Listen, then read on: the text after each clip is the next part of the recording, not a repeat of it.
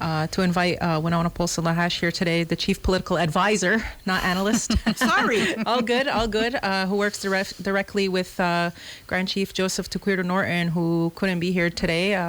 We felt it was important to keep the community updated on the various happenings and meetings and things that are going on with this entire issue of the protests here in Kahnawake, as well as in Ietsénhaienhs and now in St. Lambert and all across the country. So a lot going on, a lot that we think people need to be aware of, and where to start? So, okay, I guess I can ask a few questions. What do you think was the outcome of Tuesday night's meeting? Like, after, people were very complacent, I found. Like, no one was really asking questions, and there was only one community member or two community members that asked, valid questions. And I think people are kind of worried of what's going to happen. Mm-hmm. And they're afraid to ask that question because they don't know.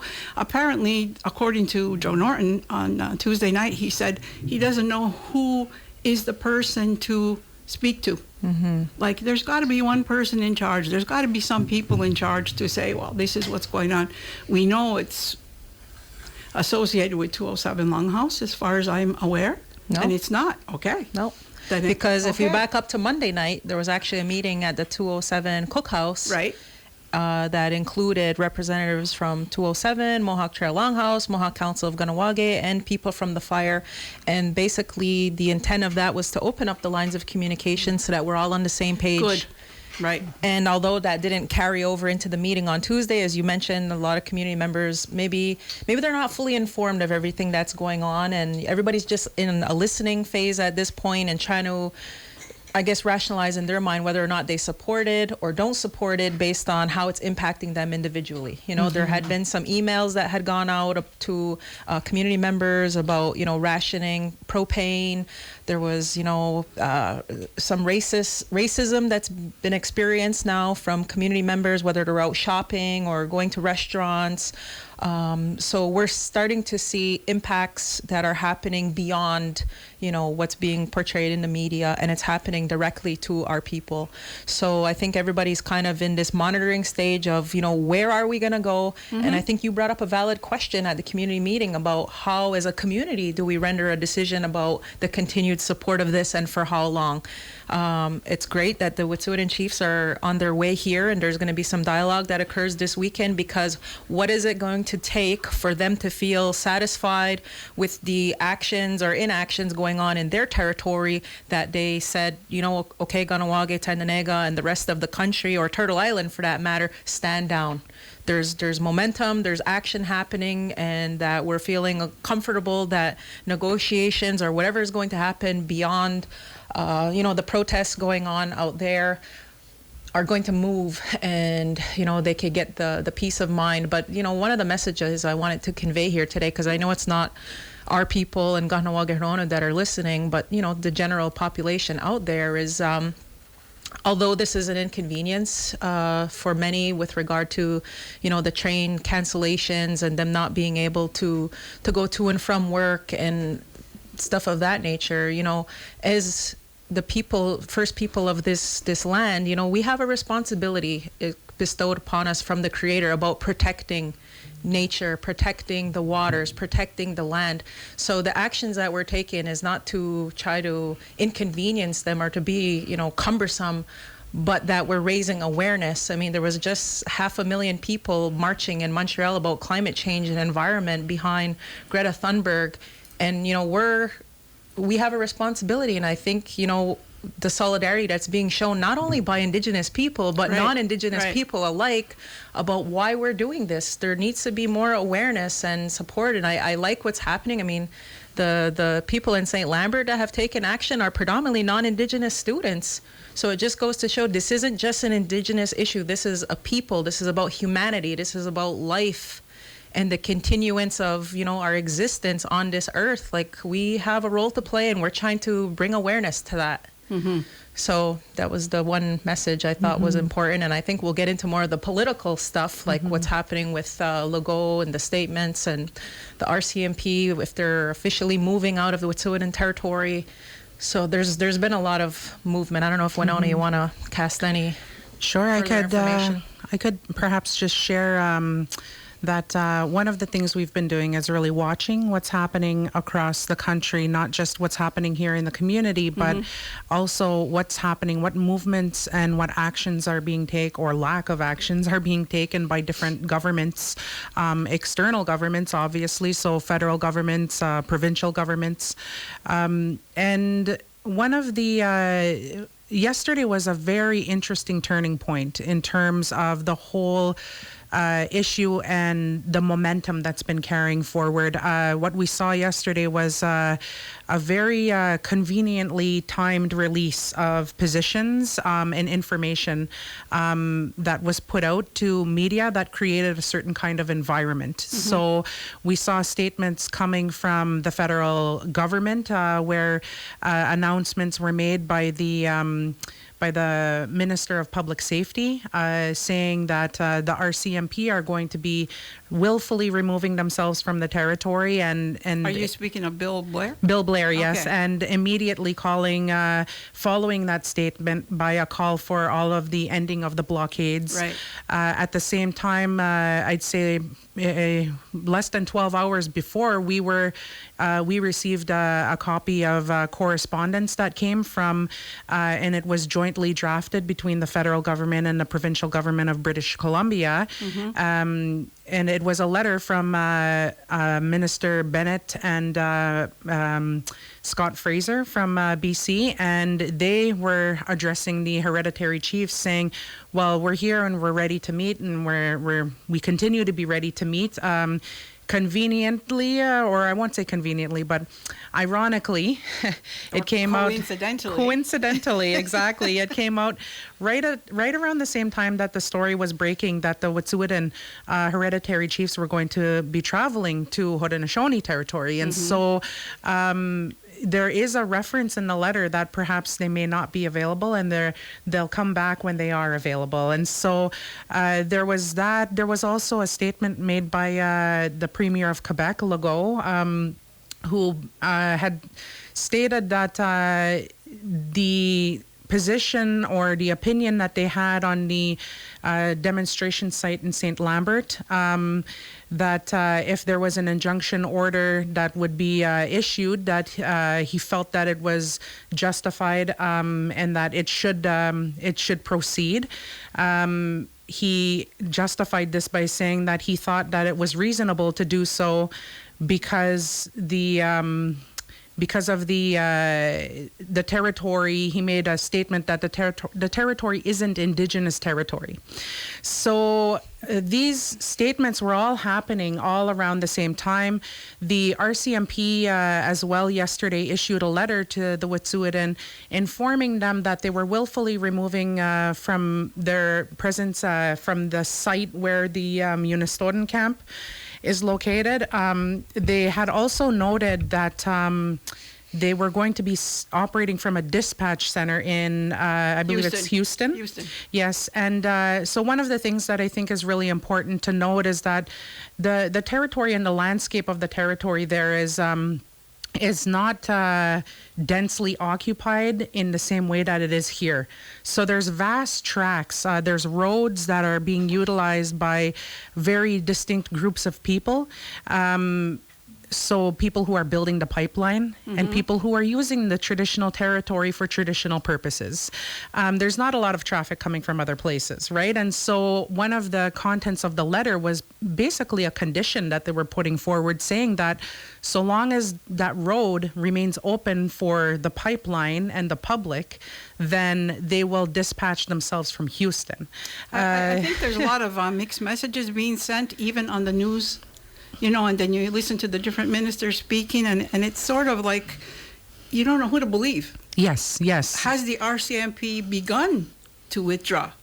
Yeah, well, and that's one of the things. So we've received some reports from on the ground there that as recently as just the day before yesterday, there was an arrest made on the territory. There were vehicles that were pulled over yesterday, as far as I was informed. They were pulled over for individuals that look suspicious.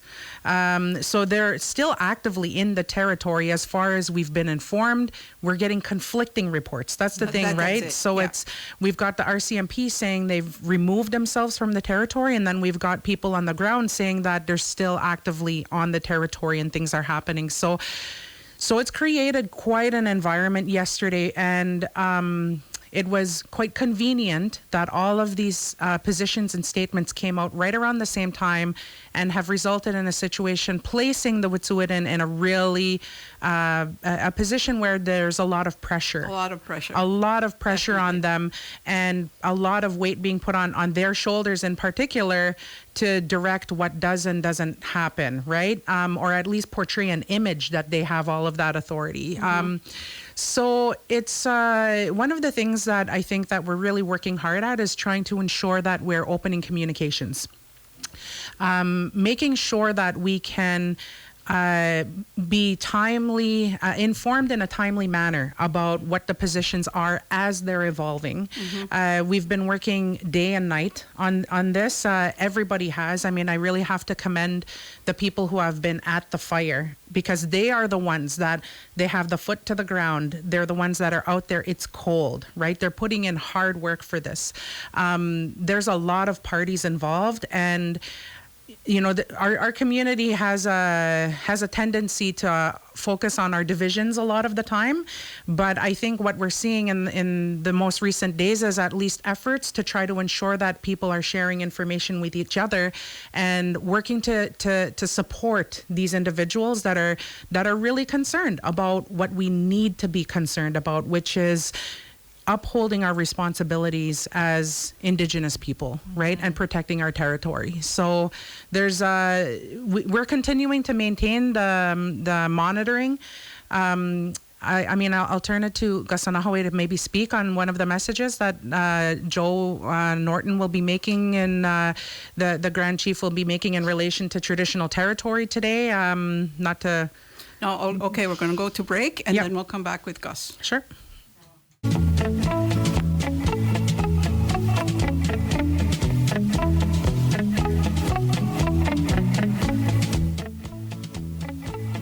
And we're back. We were speaking. This is MCK Friday, and we're speaking with Chief Kahsennenhawe Sky Deer, plus Chief Political Advisor. Geez, sorry about that. Winona Polson-Lahache. Okay, ladies, we're going to continue with a statement that Gus will say about. Yeah, it was prior to the break. Winona was just highlighting the fact that there has been action taken in St. Lambert, and that yesterday an injunction order was put out to say, I guess enforcements could be utilized because Legault was saying that it's not Indigenous territory. But for us, we've always maintained that this is all unceded Indigenous territory. That has never been, for lack of a better term, surrendered. Exactly. And the fact that what it's going to do is say, well, we could have rule of law on non-Indigenous people, but we're going to leave Indigenous people alone because it's on a territory that's deemed reserve lands. It doesn't resonate well, and that it's going to cause even more issues. I think if you look at the Montreal Gazette today, Joe Norton said some statements to that effect, and that it's going to create, something remnant of 1990, where potentially people could get hurt, and that's not what we want to see. We've constantly encouraged peaceful way of, negotiating our way out of this. This is exactly what the community, I think, is worried about. Tuesday night after the meeting, I was speaking to some community members, and that's exactly what they said. This is the start. It's the same thing that happened in 1990. I said, well, let's not get too far ahead of ourselves. Everybody's working together. It wasn't like that in 1990. But now everybody is, so it's looking positive.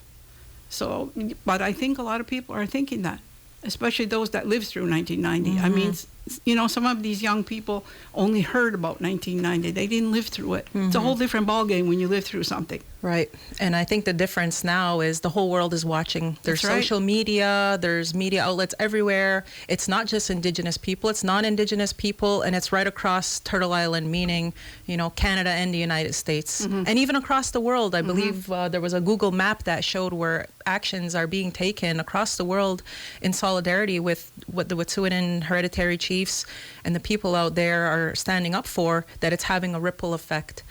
And another thing I wanted to bring up with regard to what happened in 1990 was the racism that, you know, we were seeing. And we experienced that for how many years afterward? Exactly. It took a long time for the reparations. So, I mean, we're constantly getting bombarded with emails from, you know, people on the outside. And it's very diverse. Some are very supportive. They're actually even bringing food to the fire and want to go stand in solidarity. But then others, you know, are saying, you know, how they hate us, and some want to kill us and want to see us all shot and killed. And well, that's nothing new. I mean, goodness. Even last evening, I had received a message from one of our on-air radio personalities, Jeremy White, from The Beat, explaining how frustrated and disappointed he was that Luc Lavoie, who is an on-air radio personality in the French station, who was literally 2 doors down from him, made some very disturbing remarks about how the autochthons should have a 45 in the middle of their eyes. And when he said these kind of statements, you know, Jeremy was 2 doors down from him. And what does that say about, you know, the hostile work environment that he's now going to be exposed to, if that's the opinion of, absolutely, you know, someone with some influence? And, you know, I was reminded in 1990, there was an individual by the name of Gilles Proulx who did very similar in terms of encouraging and inciting all the people to congregate on the bridge. On the bridge. For the LaSalle rock throwing incident, to which I was a part of when I was 10 years old. And I remember that stuff. You know, so it's unbelievable what's happening. You know, another community member that's very near and dear to us was in the city last night eating at a restaurant, and some teenagers decided to throw their trash on her mother while they were eating dinner. So, you know, at this time, you know, we just encourage people to, cooler heads got to prevail. Leadership needs to stand up. We all got to find a way forward. You know, as I mentioned in my opening comments, that we're not doing this to be, you know, the Indigenous people that are just causing trouble again. You know, we're standing up for humanity, for something we believe in, for being earth and water protectors. And actually, I think it's a buildup from all the years we've been suppressed. Yeah. And this is it. And the government has never learned how to deal with us in these kind of issues. No. And you see some of the pressure now that, you know, the Prime Minister and his cabinet are facing. You know, they're threatening to maybe call a vote of non-confidence. And then, you know, what does that mean if we, you know, we can tumble the government and force them into an election, you know, so soon after they just went through it in November. So, you know, it's a very trying time, I think, for everybody across the country, and that a lot of important dialogue, I think, in the next week or so in terms of actions, promises that need to be kept about, you know, what's going to happen, and then how, as not only us here in Kahnawake address an issue collectively and try to bring our good minds forward, that's going to have to continue all across wherever these actions are happening. What kind of promises are you talking about? Well, to say they're going to remove RCMP presence, that they're going to rescind maybe the permits. Like, I don't know what the government's thinking is going to be in trying to resolve this. But what I do know is whatever they say they're going to do, they better hold true, because we cannot be lied to or swayed, or, you know, the same rhetoric that we've experienced since. Well, as of today, they know what we can do. Yep. So they have to wake up and, you know, talk to us. Yeah, if I can just add that I think that those if they're going to make those kinds of commitments, it also needs to be meaningful. It can't just be saying that they're going to do something and then applying conditions and doing it in a certain way that doesn't make it real. It needs to be meaningful. Has to be meaningful. Absolutely, exactly. yes. And the Wet'suwet'en have been very clear in what their demands have been. There were 3 distinct demands that they were looking for. One was the removal of the RCMP from the Unistoten site. The other was they wanted to see an official a stoppage to the provision of supplies to continue the building of the pipeline, as well as they wanted a cancellation of the permit. So it wasn't just the removal of the RCMP. There's further conditions that they have been asking for, and there's been this concerted sort of effort to meet only one of those, right, so far. I think dialogue is really important, and people need to be engaged. Those governments, though, that are responsible for that need to sit down and talk with these hereditary chiefs about the situation, and it needs to be real. It needs to be meaningful. It can't just be, we're going to do this and then there's no follow through. They actually have to follow through, and it needs to be something that is substantive, right? If I could just for a moment sort of speak to the fact that the hereditary chiefs will be traveling to Kahnawake tomorrow. They will be, the MCK is not involved in any of the coordination of that visit. It's actually the longhouses that are working on receiving them as visitors. So people who want information, I would encourage them to reach out to the longhouses to get information about what the itinerary and the agenda is going to look like for the day. But I understand it's going to be a full day of interactions, and I think that it'll do very well in solidifying the opening of the communications that needs to happen as well between the people that are located here and the Wet'suwet'en themselves, right? So there's some very big actions that are happening in the coming days, and it's going to be important for us to all make sure that we're all sharing what information we have across the board. Absolutely. Gus, you have anything to add on this, or? I just wanted to say that I think it's a long time due that we start having this kind of dialogue as a community. You know, I think she mentioned earlier, we like a lot of times to highlight the fact that, you know, there are divisions. It happens in every community with regard to politics or parties and stuff of that nature. But, you know, in Kahnawake, we know this from a few experiences that when, you know, times are tough, we find a way to pull together because we know we're all one big family and of tight-knit families in this community.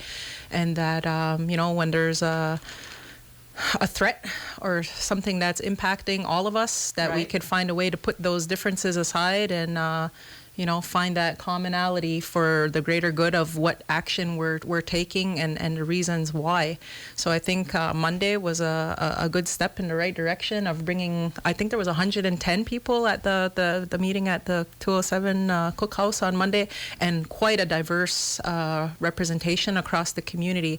And I heard nothing but positivity from that in terms of, wow, we need to keep this kind of momentum. You know, it just shows the solidarity that we could have, you know, when we put our minds together.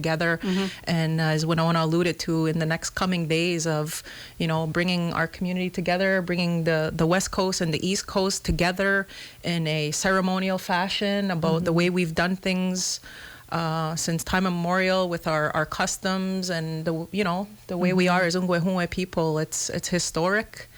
And you know, my Ragini Ganasoho has been talking a lot about, you know, the history of Haudenosaunee people and about, you know, the coming of the peacemaker and some of the responsibilities that we hold as we say Ungwehunwe, right? The first people, the original people, and that we have a message, you know, for all of the people who are inhabiting Turtle Island, that there's something that's going on that they need to keep their eyes open to in terms of, you know, for a long time the European mentality when they came across the saltwater is that, you know, they have dominion and they're superior and the land means nothing, and capitalism and wealth and all of that has been the primary kind of message.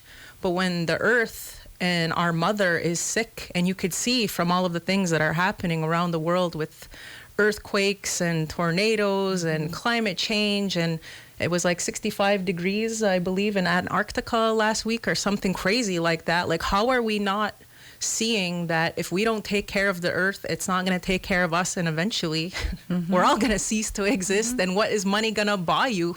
You know, it means nothing anymore.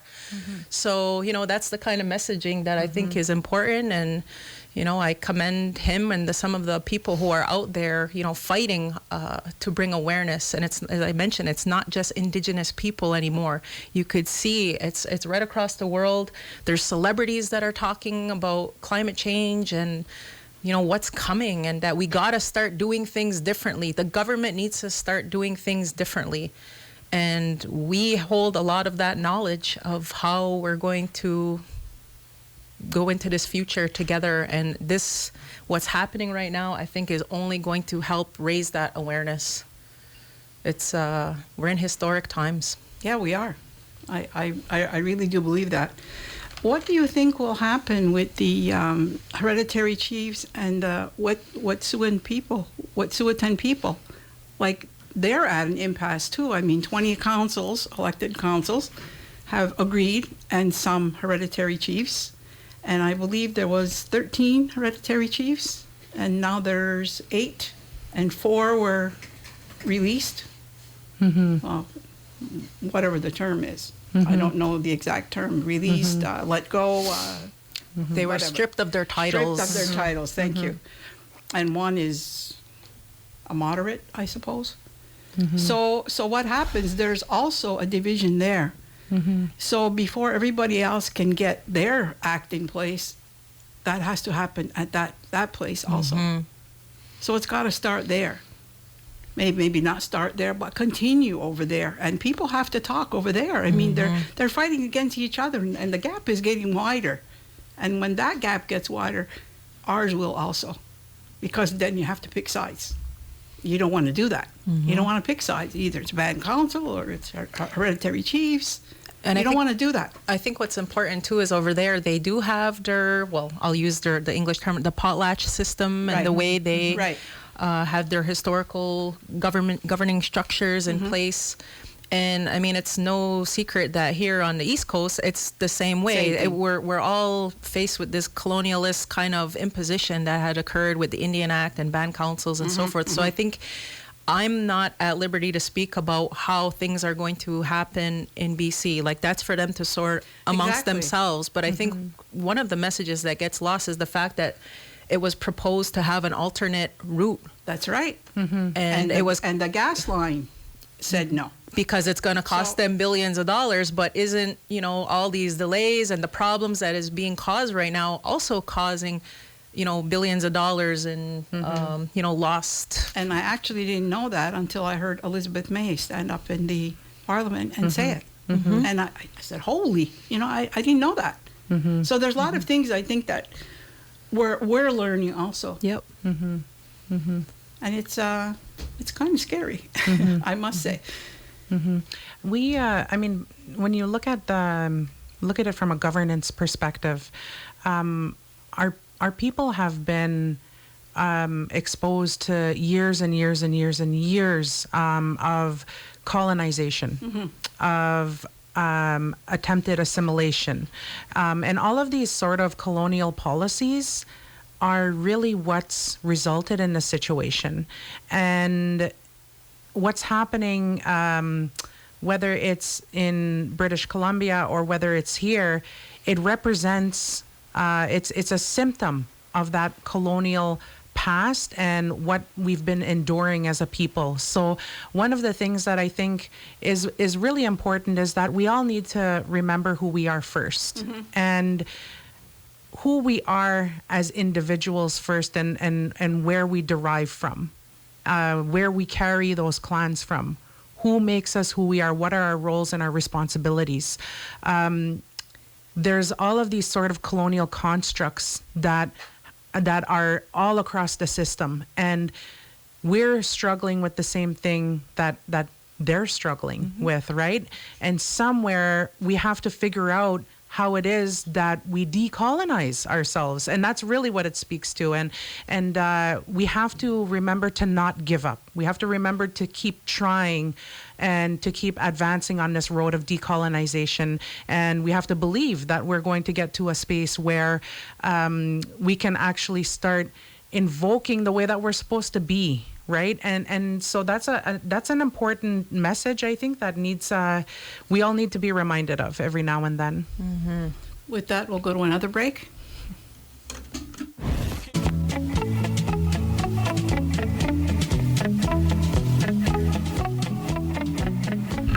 Okay, and we're back. This is the Partyline Talk Show. This is MCK Friday. I have two guests. I have Chief Kahsennenhawe Sky Deer and Chief Political Advisor Winona Polson-Lahache. Geez, I don't know what's wrong with me today. Sorry about that, ladies. No problem. And we're talking about the situation in Kahnawake and across Turtle Island. So, did you have a final statement on that, and we'll move to something else? Yeah, I don't know if I have any final statements. I think, well, maybe not final, but yeah, for the community, definitely, as Winona alluded to earlier, stay informed as much as possible. I mean, we've been putting out press releases to try to keep the community abreast. There was the special community meeting. Mm-hmm. In the near future, there may need to be other special community meetings called. Speaking of the community meeting, I thought more people would have attended myself. Yep, I think there might have been about 60 in attendance. Mm-hmm. Yeah.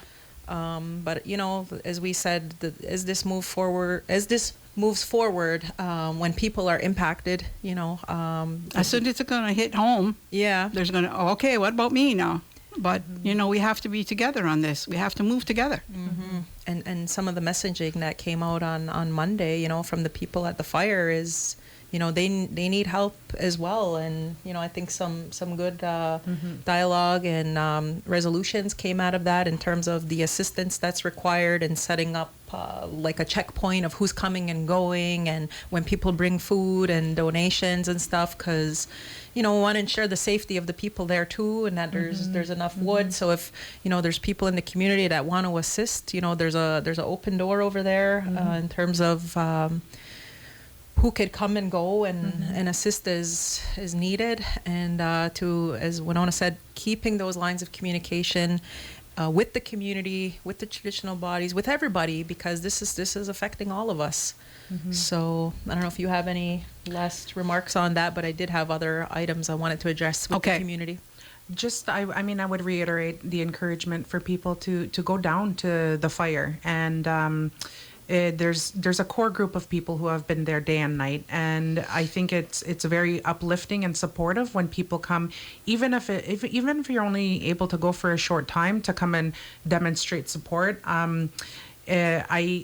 The times that I've been down there, it's been very welcoming. So I would just encourage that if you can get down there, even if it's for a short while, to go and talk. And it's quite a very relaxed environment, actually. So I would highly encourage people to participate.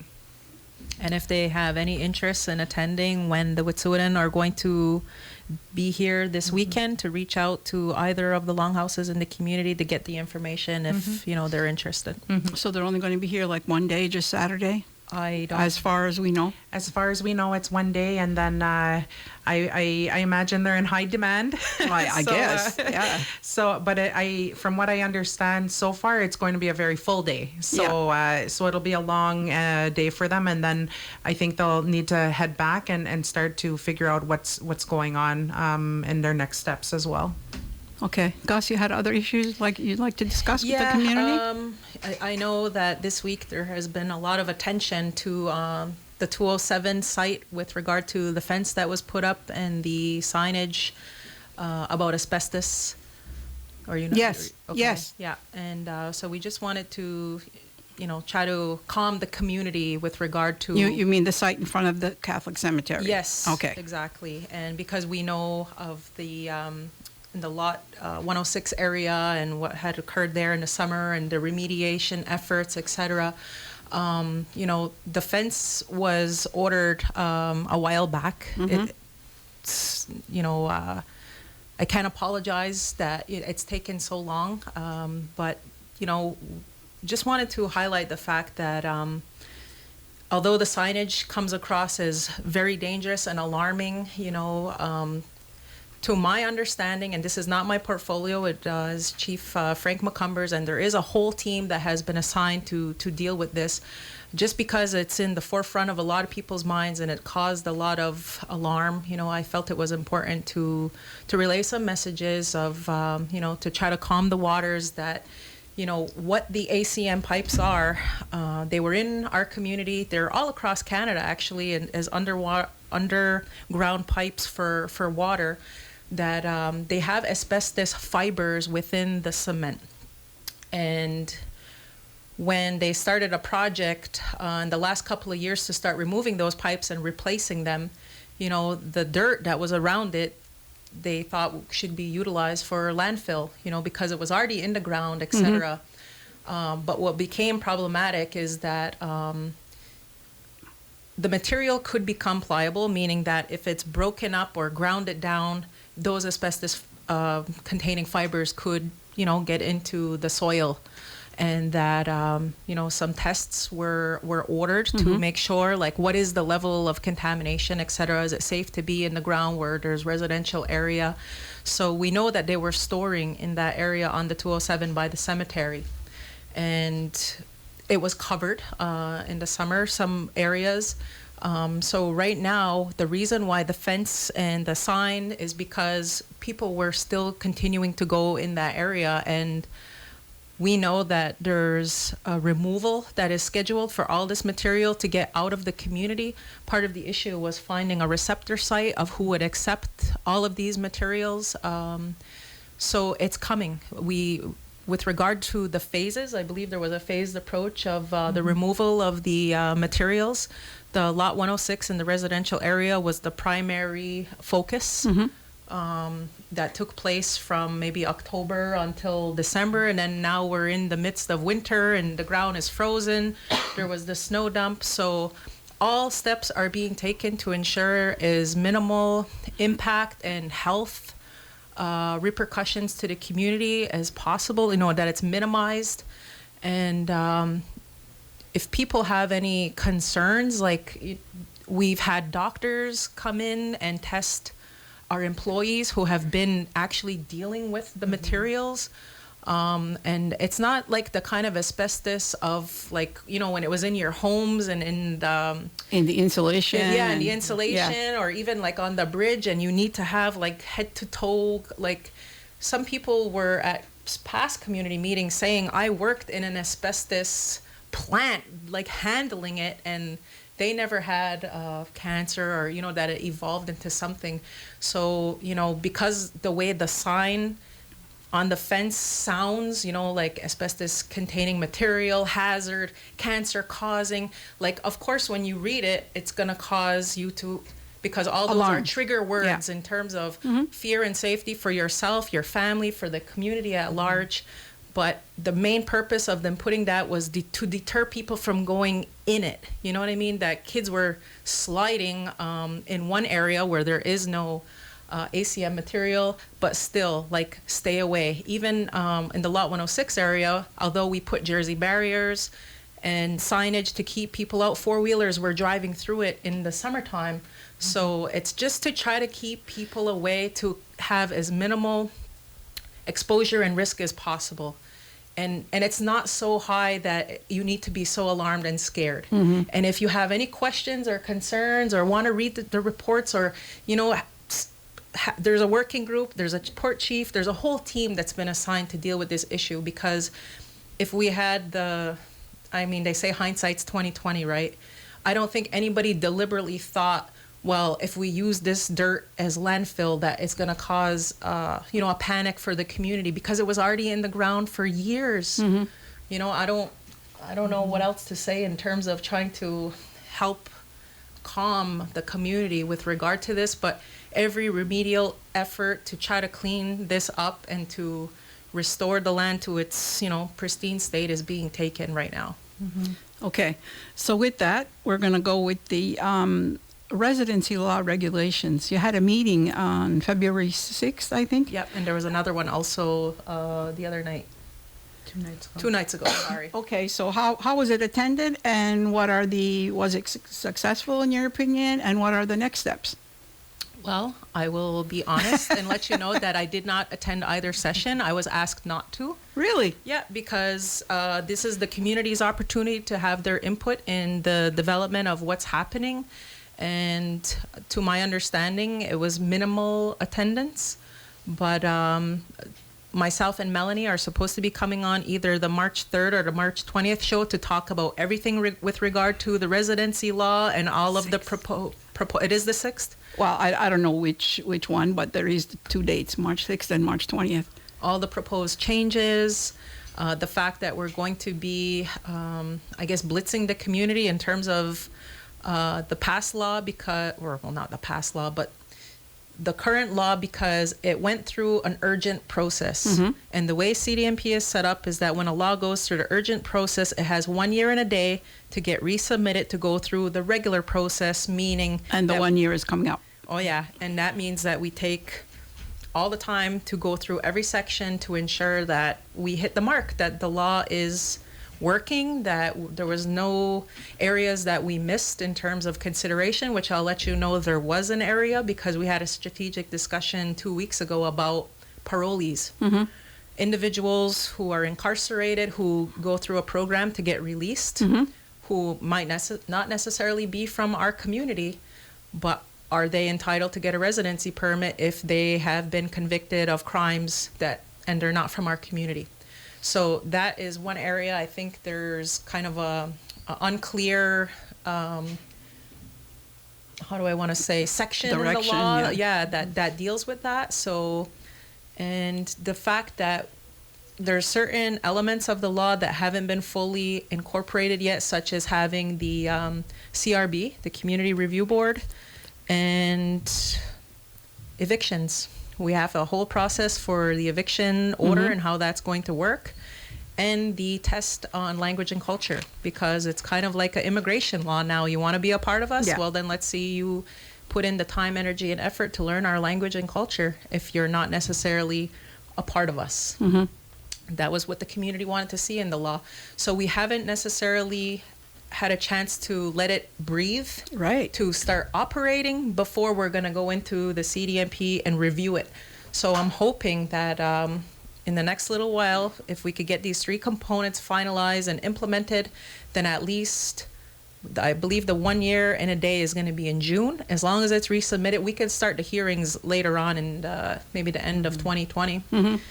That will still, get a chance to see how this law works for the community. It's really important. I mean, I don't know how many times I've talked about Bill S3. I actually went to a session on Valentine's Day last Friday in Ottawa with CERNAC, and to date, there have already been 25,000 applications under S3 and 100,000 category changes, which means people who were a 6-2 are now a 6-1A and can pass on status for the next 2 to 3 generations, 100,000 of them. So that's why when we were saying 1.2 million people mm-hmm. being added, being Indigenous, being by Canada, it might even help our pipeline clauses in the next little while, because everybody's going to be in Wehue, according to Canada. It might backfire on them.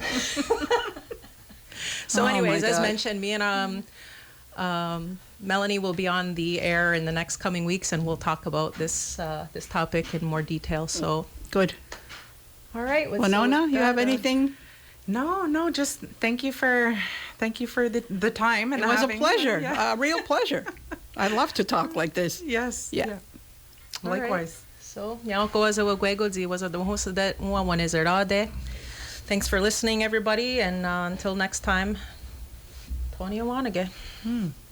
Ona.